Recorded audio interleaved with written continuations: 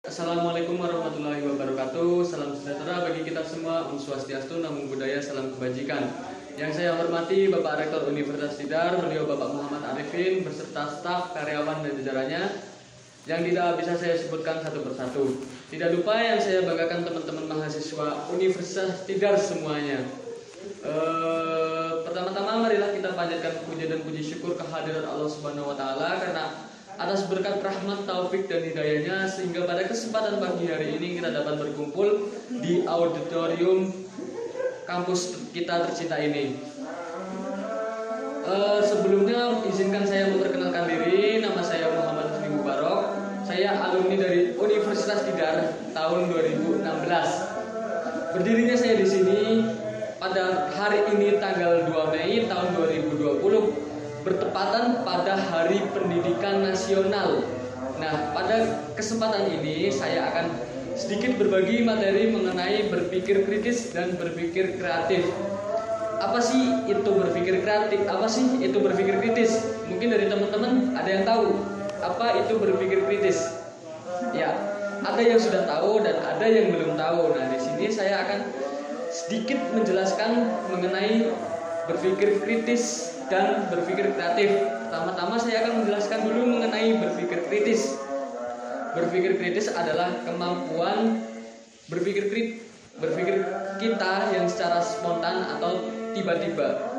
Nah, apa sih manfaat kalau kita bisa berpikir kritis? Nah, pas banget kalian sebagai mahasiswa, kalian harus bisa berpikir secara kritis.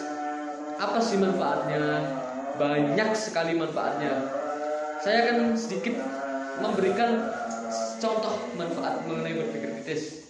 Ya, salah satunya adalah jika kalian berpikir kritis, kalian akan mandiri. Kenapa mandiri?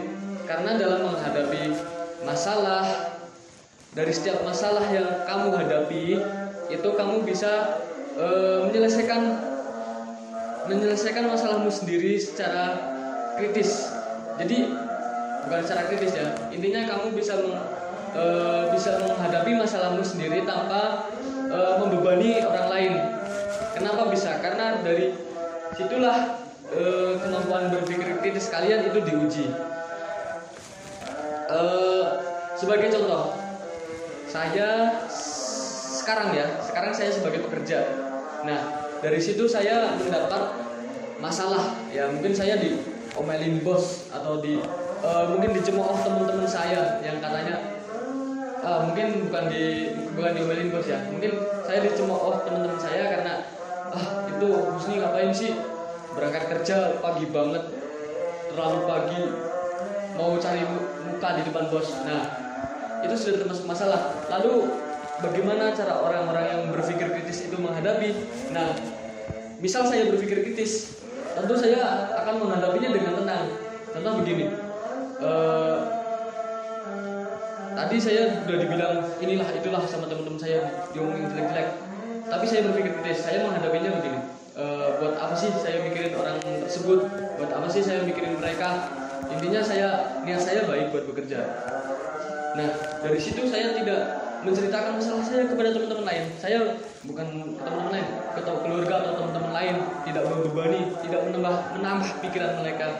Dari situ saya sudah termasuk bisa berpikir kritis. Beda sama contoh, misal saya dicemooh kayak tadi ya, tapi saya tidak mampu berpikir secara kritis. Saya di situ down, saya ngeluh ke sana, ngeluh ke sini, ngeluh ke situ. Saya tidak bisa, seolah-olah saya tidak bisa menghadapi masalah saya sendiri. Nah, itu namanya tidak mandiri. Mungkin itu sih contoh dari berpikir kritis. Selanjutnya saya akan membahas mengenai berpikir kreatif. Apakah itu berpikir kreatif? Perlukah kita berpikir kreatif? Kalian sebagai mahasiswa itu sangat dibutuhkan berpikir secara kreatif. Kenapa? Mungkin teman-teman ada yang mau masuk ke dunia pendidikan, lanjut ke jenjang S2, ataupun ada yang mau meneruskan ke dunia pekerjaan ya, atau ke perusahaan-perusahaan, intinya masuk dunia kerja. Adapun yang ingin masuk ke dunia bisnis. Dari ketiga elemen tersebut, kalian perlu berpikir secara kreatif. Contoh dalam dunia kerja, sekarang di era revolusi industri 4.0, para HRD, para pimpinan-pimpinan perusahaan, tentu mereka mencari karyawan yang mampu berpikir secara kritis, ya. Kenapa? Karena bukan kritis, saya tadi salah ngomong. Mencari karyawan-karyawan yang bisa berpikir secara kreatif, ya. Kenapa? Karena kalau karyawannya mampu berpikir secara kreatif, tentu mereka akan memberikan pikiran-pikiran yang luar biasa, kreativitas yang luar biasa, yang itu aset bagus buat perusahaan. Nah, selain ke dunia dunia pekerjaan, dunia kerja, nah di dunia bisnis, nah tentu ini sangat diperlukan berpikir secara kreatif. Kenapa? Mungkin contoh kecil, kalian buka usaha kecil aja ya, buka usaha kecil. Kalau kalian nggak bisa berpikir secara kreatif, kalian tentu akan kalah saing sama pesaing-pesaing kalian yang banyak kreativitas yang sungguh luar biasa di zaman pada sekarang ini. Kalian itu dituntut harus bisa berpikir secara kreatif. Nah, selain dunia bisnis, dunia kerja, di dunia pendidikan di jenjang S2 itu juga sangat diperlukan. Kenapa? Sebagai mahasiswa, bukan di jenjang S2 juga, mungkin kalian sekarang juga dibutuhkan kreativitas. Buat apa? Buat berkarya. Ini kesempatan buat kalian. Ayo. Jadi kesimpulannya, kalian sebagai mahasiswa, mumpung masih punya banyak waktu, ayo sekarang jangan malas untuk berpikir, ya.